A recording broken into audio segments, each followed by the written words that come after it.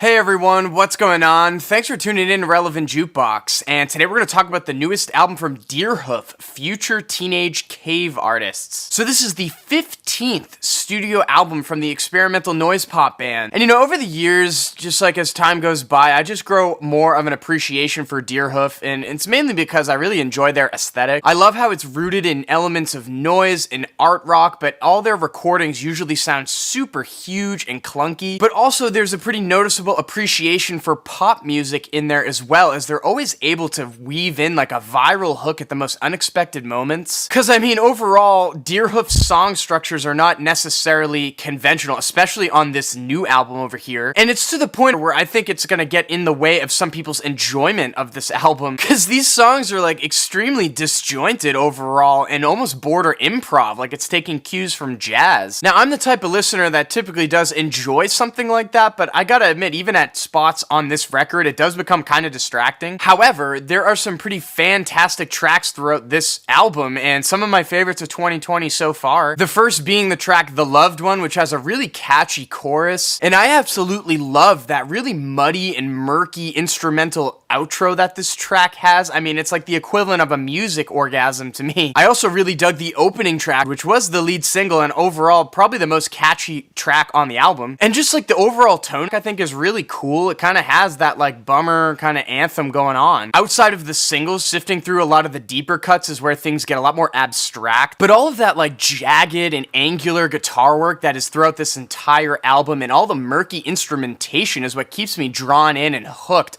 until it peaks on the track Farewell Symphony. I will say though, the closing track is slightly underwhelming. It's a really beautiful piano piece on its own, but it doesn't necessarily fit in the track list in my opinion, especially to close out like a noise pop record like this. Still, I really enjoyed this album. It might not be my favorite Deerhoof record, but it is up there. And with that being said, I'm feeling an 8 over here on Future Teenage Cave Artists. For all you collectors out there, the super limited variant that they had up that was really cool, it was like a bone in blood color in color that came with a 5-inch flexi, is now sold out. The pressing that's left is on blood red vinyl, and I'm gonna have links down below if you guys want to grab that. There's also a cassette of this as well. And if you listen to this Deerhoof record, what did you think about it? Let me know in the comments down below. And as always, guys, thank you for watching. Make sure to like and share, and if you want more content from me, hit that subscribe button. Peace.